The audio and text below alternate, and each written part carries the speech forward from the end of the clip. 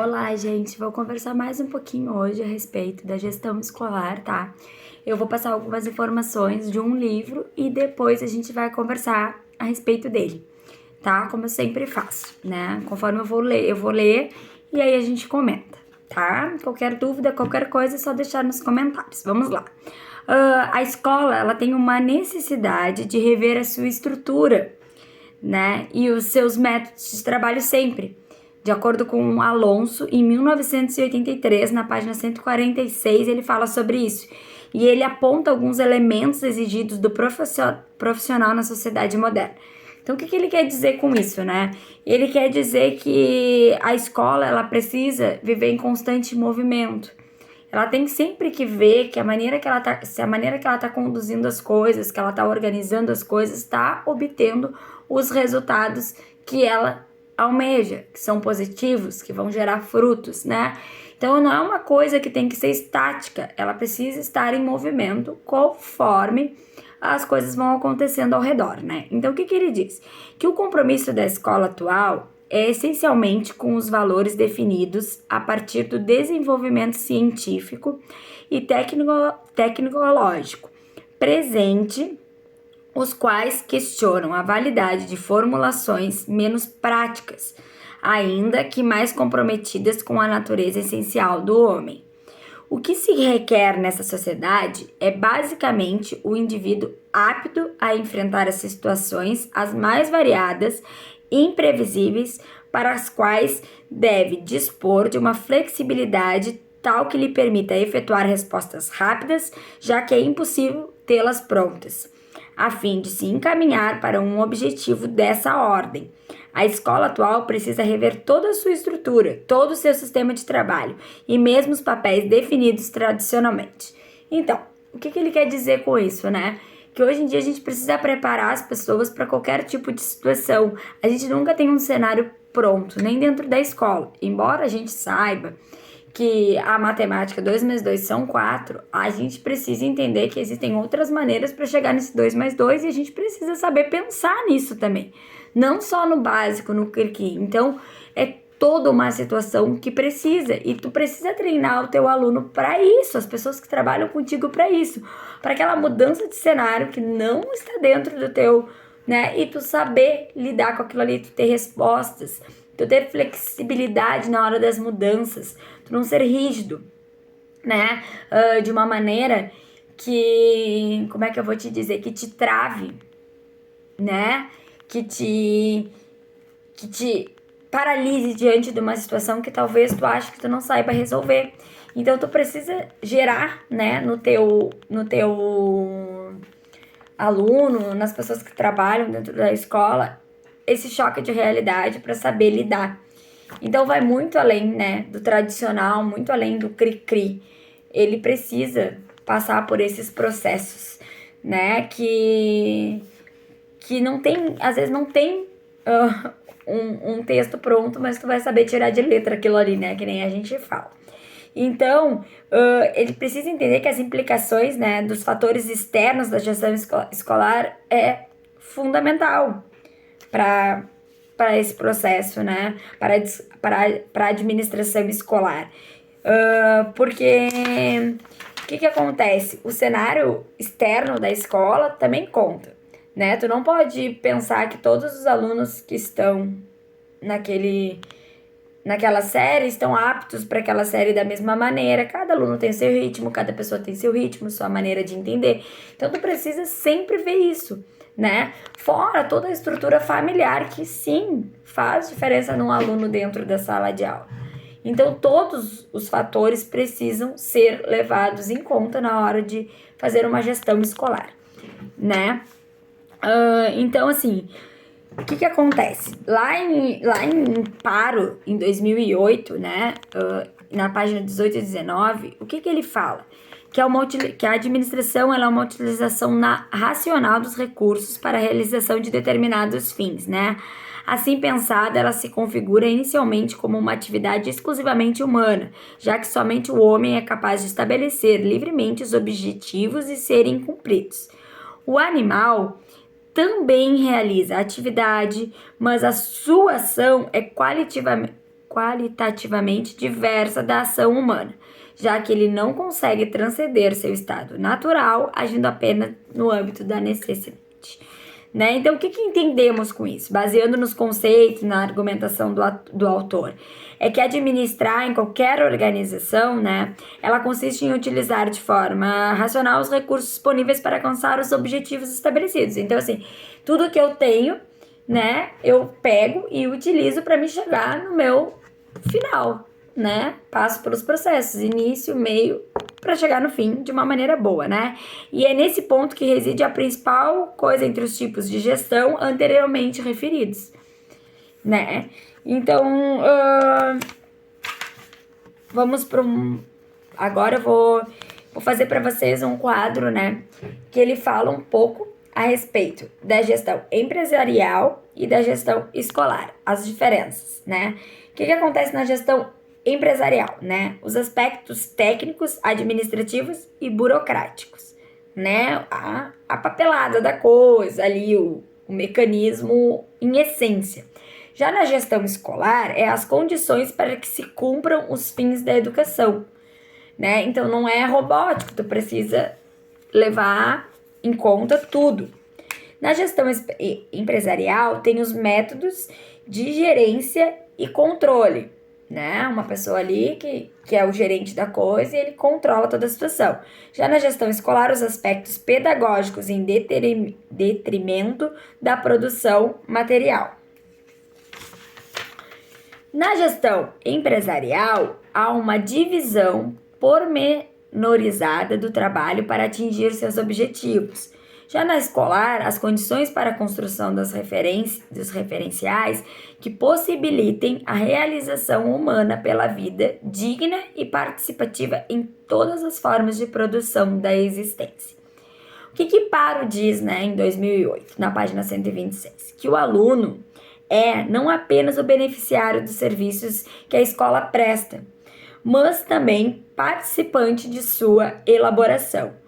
É evidente que essa matéria-prima peculiar, que é o aluno, deve receber um tratamento todo especial, bastante diverso do que recebem os elementos materiais que participam do processo de produção no interior de uma empresa industrial qualquer.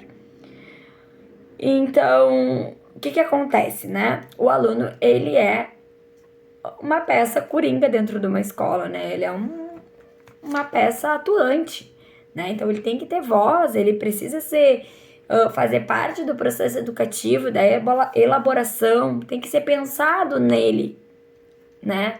Para tudo isso acontecer. Então, é uma obra-prima realmente peculiar, né?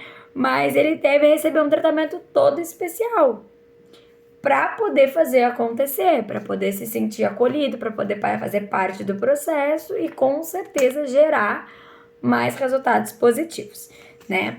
Aí o Oliveira, em 2009, na página 36 e 37, ele acrescenta outros elementos que reforçam a diferença entre os dois tipos de gestão, né? A tecnologia, o ambiente, o poder, o conhecimento se estruturam, fundamentando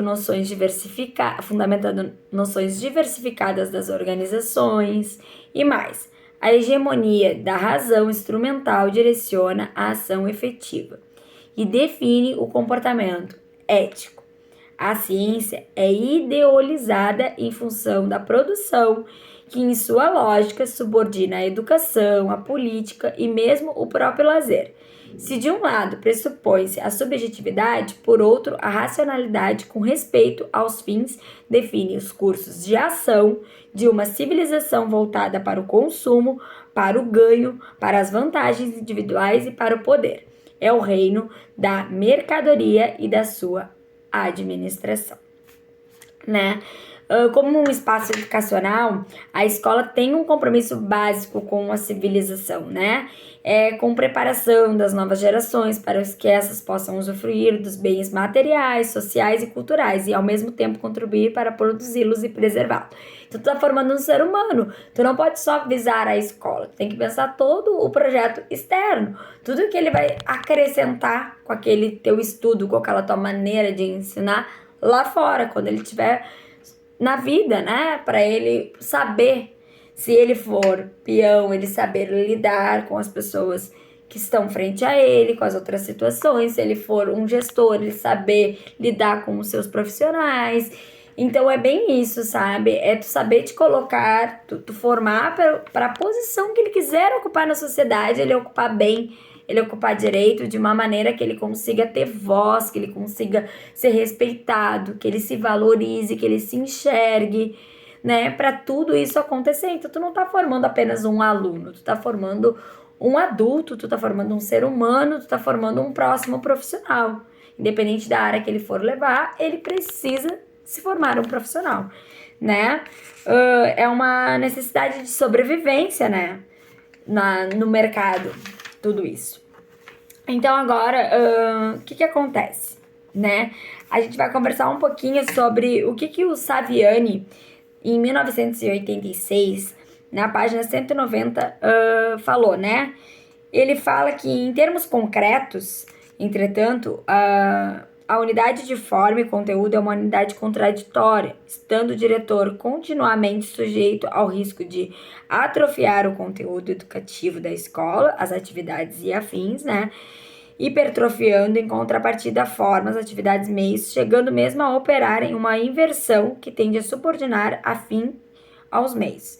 Diríamos, pois, que o diretor se vê concretamente diante de dois focos de pressão do sistema, que privilegia a forma sobre o conteúdo, impondo um conjunto de exigências burocrático-administrativas, e de outro lado, de baixo e de dentro, né, a pressão do conteúdo educativo, que necessita ser desenvolvido no interior da escola, sem o que ele se caracteriza, se rotiniza e perde a razão de ser. Em termos ideais, caberia ao diretor efetuar a mediação entre os dois focos de pressão, saturando de conteúdo as formas que decorrem das exigências da chamada instância superior, o sistema, e a sua ação se dirige, então, no sentido de subordinar e adequar as prescrições administrativas à finalidade educativa colimada no interior da escola. Na prática, poderíamos dizer que um diretor será tanto mais educador quanto maior o grau de autonomia que mantém em relação às exigências do sistema, subordinando suas formas aos conteúdos educativos, e será tanto mais administrador quanto menor o grau de autonomia referido, o que levará em consequência a ser a rigidez das normas superiores, mantendo-as esvaziadas do conteúdo que lhes daria sentido. Ou seja, o diretor, né, ali, ele tem toda uma pressão do sistema de como as coisas devem funcionar.